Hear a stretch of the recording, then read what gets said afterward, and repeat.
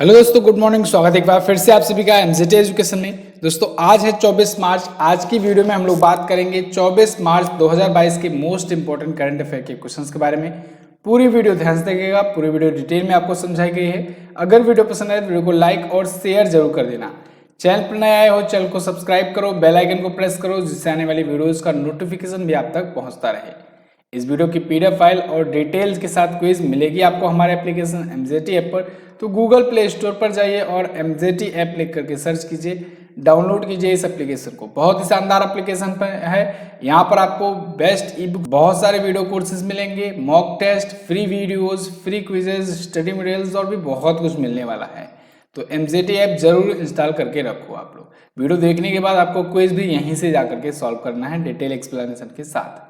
चलिए अब बात करते हैं लास्ट डे के क्वेश्चंस की। लास्ट डे का मेरा पहला क्वेश्चन था आपसे, नाटो के सदस्य देशों की संख्या कितनी है। तो नाटो के दोस्तों 30 मेंबर हैं। यूक्रेन इसमें ऐड होना चाहता था, इसी वजह से रसिया ने इस पर अटैक शुरू किया, क्योंकि रसिया नहीं चाहता था कि यूक्रेन नाटो का सदस्य बने। नाटो यानी कि होता है नॉर्थ अटलांटिक ट्रीटी ऑर्गेनाइजेशन। संयुक्त राष्ट्र के विश्व खुशहाली सूचकांक में शीर्ष पर कौन है। तो शीर्ष पर है फिनलैंड, ठीक है ना। भारत किस स्थान पर है। भारत आ गया है 136वें स्थान पर। अब बात करते हैं हम लोग आज के दिन के पहले क्वेश्चन की। पहला क्वेश्चन मोस्ट इंपॉर्टेंट, किसकी पुण्यतिथि पर 23 मार्च को शहीद दिवस मनाया जाता है।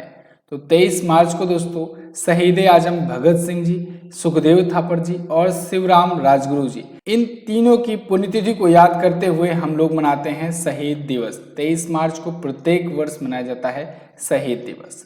23 मार्च को इन तीनों वीर सपूतों को दोस्तों फांसी दी गई थी। अंग्रेजों ने फांसी पर लटकाया हुआ था, इस वजह से मनाया जाता है।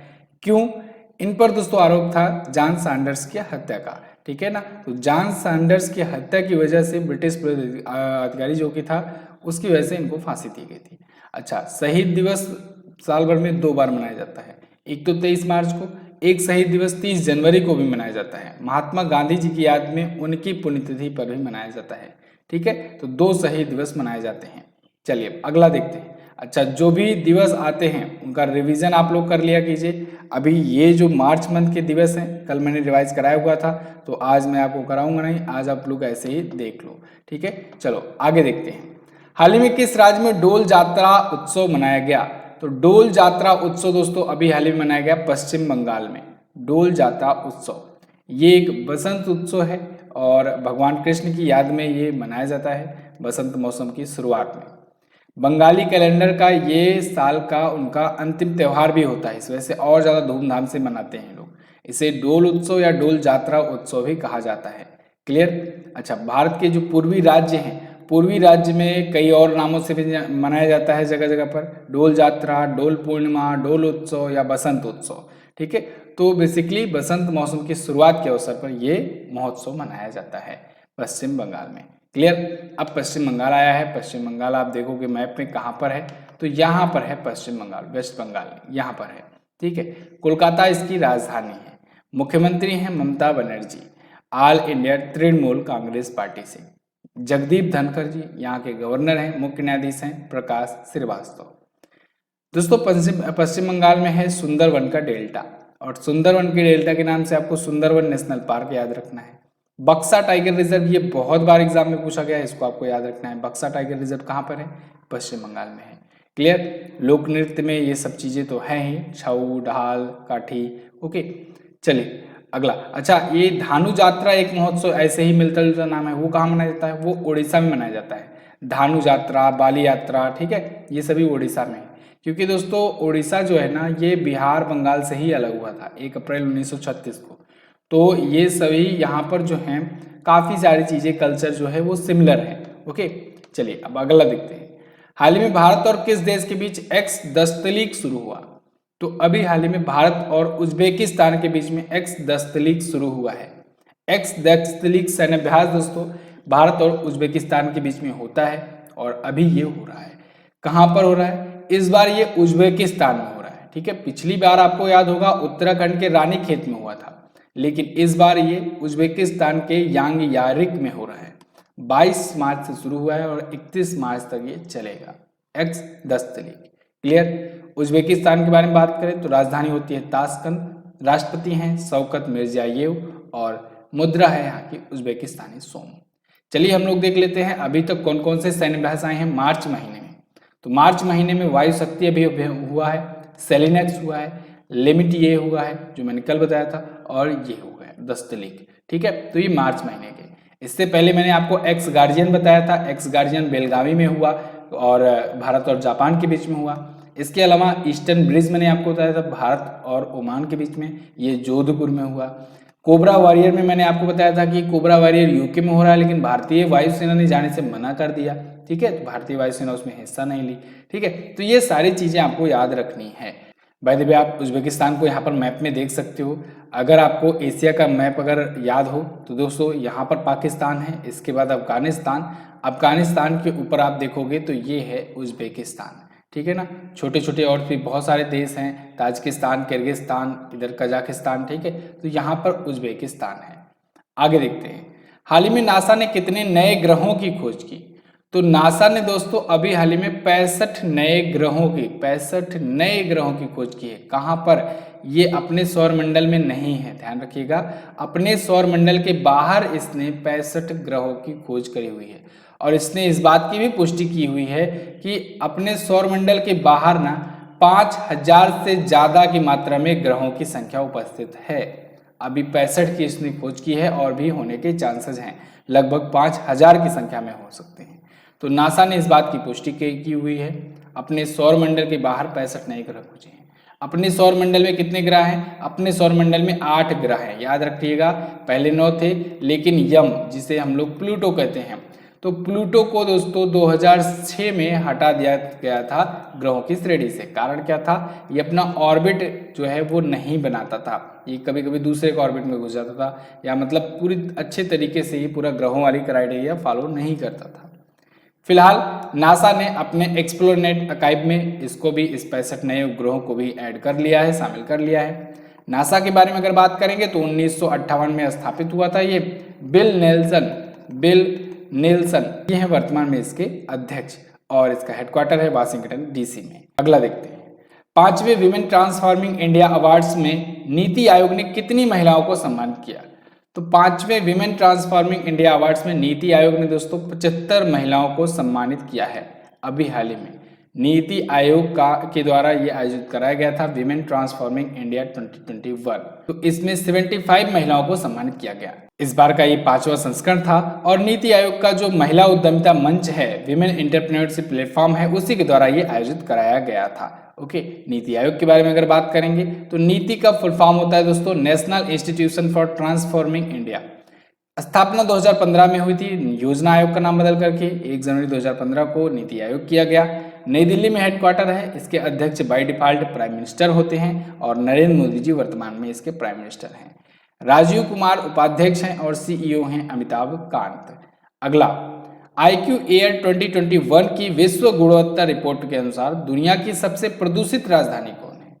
तो दुनिया की सबसे प्रदूषित राजधानी लगातार दूसरी बार बन गई है नई दिल्ली। अभी IQ एयर ने दोस्तों विश्व गुणवत्ता रिपोर्ट जारी करी हुई है, इसमें दुनिया के सबसे प्रदूषित राजधानियों के बारे में इसने बताया, इसके अलावा दुनिया के सबसे प्रदूषित देशों के बारे में बताया, इसके अलावा भारत में कौन कौन से प्रदूषित शहर है इसके बारे में भी बताया गया है।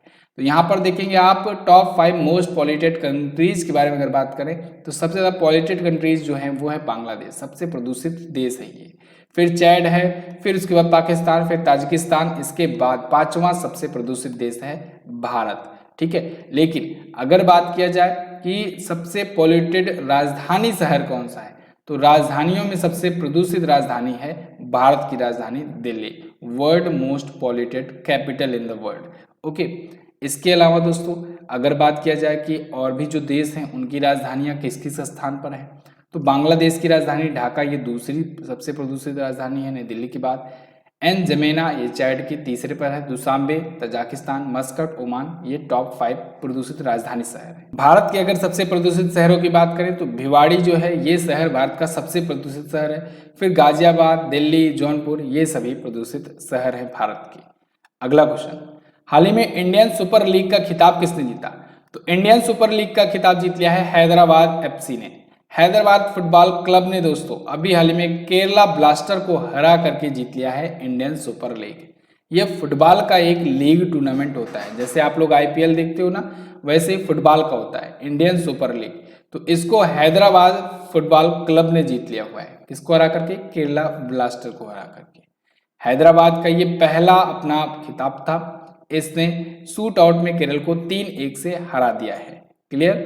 अगला, अच्छा, हमारे जो पेड बैचेस हैं इनको अगर आप लेना चाहते हो तो ले सकते हो। बहुत सारे हमारे वीडियो कोर्सेज हैं, इसमें आपको 10% का डिस्काउंट भी मिल रहा है। आपको कूपन कोड में डालना है MZT10। MZT ऐप पर सारी चीज़ें मिलेंगी। जो भी कोर्स लेना होगा, जो भी बैच ज्वाइन करना होगा, उसके लिए आप बात भी कर सकते हो, डिस्कस भी कर सकते हो व्हाट्सएप से कि क्या क्या इसमें मिलने वाला है। तो व्हाट्सएप नंबर डिस्क्रिप्शन में है, आप पता करो। अगला, नाइट फ्रैंक द्वारा जारी global house price index Q4 2021 में भारत किस स्थान पर है? तो global house price index Q4 2021 में भारत इस बार आ गया है दोस्तों 51वें स्थान पर। नाइट फ्रैंक ने ये लिस्ट जारी की है जिसमें बताया गया है कि भारत जो है ये 51वें स्थान पर आ गया है। यहाँ पर आप टॉप 10 की लिस्ट भी देख पाएंगे। सबसे नंबर 1 पर है तुर्की, फिर न्यूजीलैंड, फिर इसके बाद चेक रिपब्लिक है, चेक गणराज्य जिसे कहते हैं, स्लोवाकिया, ऑस्ट्रेलिया, ये सभी है। यहाँ पर आप देख पाएंगे भारत के अलावा भी कुछ और भी देश भारत के बाद, जैसे इंडोनेशिया, साइप्रस, मलेशिया, माल्टा, मोरक्को, ये सभी है। ठीक है, तो भारत 51वें स्थान पर आ गया है। पिछली बार भारत 56वें स्थान पर था, अब आ गया है 51वें स्थान पर। क्लियर है? नाइट फ्रैंक ने इसे जारी किया, ये भी आप ध्यान रखेंगे। अगला, हाल ही में प्रिट्जगर पुरस्कार 2022 किसने जीता? तो प्रिट्जगर पुरस्कार 2022 दोस्तों जीत लिया है फ्रांसिस कैरेज ने। फ्रांसिस कैरेज यहाँ पर आपको दिख रहे हैं, ये पहले अफ्रीकी बन गए हैं और पहले अश्वेत भी बन गए हैं प्रिट्जगर पुरस्कार जीतने वाले। ओके, ये पुरस्कार जो है जो आर्किटेक्ट सेक्टर के होते हैं उनको दिया जाता है। ये वास्तुकला के क्षेत्र का सबसे बड़ा सम्मान माना जाता है। तो ये भी एक आर्किटेक्चर है, एक शिक्षक भी हैं, सामाजिक कार्यकर्ता भी हैं, फ्रांसिस कैरे। तो इनको मिला है प्रिट्जगर पुरस्कार। तो जैसे कि मैंने आपको बताया, ये पहले अफ्रीकी तो बने ही हुए हैं, साथ ही साथ पहले अश्वेत वास्तुकार भी बन गए हैं ये जीतने वाले। ठीक है, फ्रांसिस कैरे कहाँ के हैं? बुर्किना फासो के हैं, एक अफ्रीकी देश है। क्लियर है? अगला क्वेश्चन है, हाल ही में मिली जानकारी के अनुसार पृथ्वी का सबसे गर्म स्थान कौन बना? तो पृथ्वी का सबसे गर्म स्थान दोस्तों कुवैत बन गया है। कुवैत जो देश है, यहाँ पर दुनिया में सबसे हाई टेम्परेचर अभी मेजर किया गया है। यहाँ पर टेम्परेचर जो है वो 53.2 डिग्री सेल्सियस तक पहुँच गया था। धरती का सबसे गर्म स्थान ये बन गया है। इसकी गर्मी का एहसास आप इस बात से कर सकते हो कि पिछली गर्मी जब हुई थी, पिछली बार जब इतनी गर्मी हुई थी, तो पक्षी आसमान में ही मर जाया कर रहे थे। यानी कुवैत के आसमान में जो पक्षी उड़ रहे थे वो आसमान में ही मर जा रहे थे। समुद्र के घोड़े खाड़ी में उबल करके मर गए। समुद्री जो घोड़े थे, मृत क्लेम चट्टानों को लेपित किया गया, उनके सेल्स ऐसे खुले थे जैसे वो उबल के रखे हुए हैं, उबाल करके रखे हुए हैं। तो ये स्थिति आ गई थी। आप फील कर सकते हो कितना ज़्यादा टेम्परेचर हो गया था। हालांकि इंडिया में भी आप देखते हो 40-45 तक पारा पहुंचता है, 40-45 पर ही हालत खराब होने लगती है। मात्र 6 डिग्री सेल्सियस या 7 डिग्री सेल्सियस अगर आप बढ़ा दे रहे हो तो देख रहे हो क्या हो रहा है, पक्षी आसमान में ही मर जा रहे हैं। फिलहाल कुवैत के बारे में बात करेंगे अगर दोस्तों, तो कुवैत की राजधानी कुवैत सिटी ही होती है। कुवैत सिटी ही होती है। ठीक है, राष्ट्रपति हैं अल अहमद अल जाबर अल सबाह। मुद्रा होती है कुवैती दिनार। मैप में अगर आप देखेंगे तो कुवैत बहुत ही छोटी सी कंट्री है यहाँ पर, लेकिन बहुत ही डेवलप्ड कंट्री है। सऊदी अरेबिया, इराक इसके बीच में पड़ता है, इधर सामने ईरान पड़ता है, इधर पाकिस्तान और अफगानिस्तान, और इसके बाद फिर भारत पड़ता ही है। ठीक है ना, तो आप देखेंगे इधर है कुवैत, ये है यूएई यानी यूनाइटेड अरब अमीरात। ओके, यूएई इधर है, बहरीन यहाँ पर है, कतर यहाँ पर है। ठीक है, तो ये सभी देश हैं, खाड़ी देश जो कहलाते हैं। तो चलिए, बस ये तो था दोस्तों आज के दिन का हमारा टॉप 10 करंट अफेयर का क्वेश्चन। आई होप आपको वीडियो पसंद आई होगी। पसंद आई है तो लाइक और शेयर कीजिए। एक बड़ी अनाउंसमेंट आप सभी लोगों के लिए दोस्तों, ये जो डेली करंट अफेयर की सीरीज है ना, इसमें काफ़ी अब नए इनोवेशंस होने वाले हैं। तो आप इतने दिनों तक इंतजार किए, बने रहे, इसके लिए बहुत बहुत धन्यवाद। अब इसमें मैं और अच्छे से इम्प्रूवमेंट ला करके आपको ये एक नए क्लेवर में पेश करने जा रहा हूँ कल से। ठीक है ना, तो इस पर काम चल रहा है और ऑलरेडी इस पर प्लानिंग भी चल रही है। आपका अगर कोई सजेशन हो कि क्या कुछ चाहिए आपको डेली करंट अफेयर में कुछ नए तरीके का, तो आप सजेस्ट कर सकते हो। अगर अच्छा लगा तो वो भी ऐड किया जाएगा। ठीक है, तो डेली करंट अफेयर कल से आप लोग को और ही ज़बरदस्त तरीके से मिलने वाला है। चलिए फिलहाल हम लोग बात करते हैं क्वेश्चन ऑफ द डे की। आज का पहला क्वेश्चन आपके लिए, हैशटैग लक्ष्मी फॉर लक्ष्मी पहल किस बैंक ने शुरू किया? अगला, तुर्कमेनिस्तान में राष्ट्रपति का चुनाव कितने वर्ष के अंतराल पर होता है? दोनों क्वेश्चंस के बारे में आपको जो भी पता हो डिटेल में जरूर आंसर करने का प्रयास करना। इसके अलावा मार्च का, अभी जो मार्च मंथ चल रहा है, इसका मंथली करंट अफेयर का पार्ट 1 आ गया है, जो 1 से 15 दिनों का आपका रिवीजन कराता है। तो आप जाइए 1 से 15 दिनों का करंट अफेयर रिवाइज कर लीजिए, डिस्क्रिप्शन में लिंक दिया गया है। इसके अलावा आपको इसमें डिटेल एक्सप्लेनेशन के साथ इमेजेस भी दिखाई जाती हैं, बहुत ही आसान तरीके से याद हो जाता है। ठीक है, तो आप बाकी चीजें आप जानते ही हो, एमजीटी ऐप पर इसकी जाकर के क्विज भी सॉल्व कर लेना। मिलते हैं अगली वीडियो में, तब तक के लिए दोस्तों नमस्कार, जय हिंद, वंदे मातरम।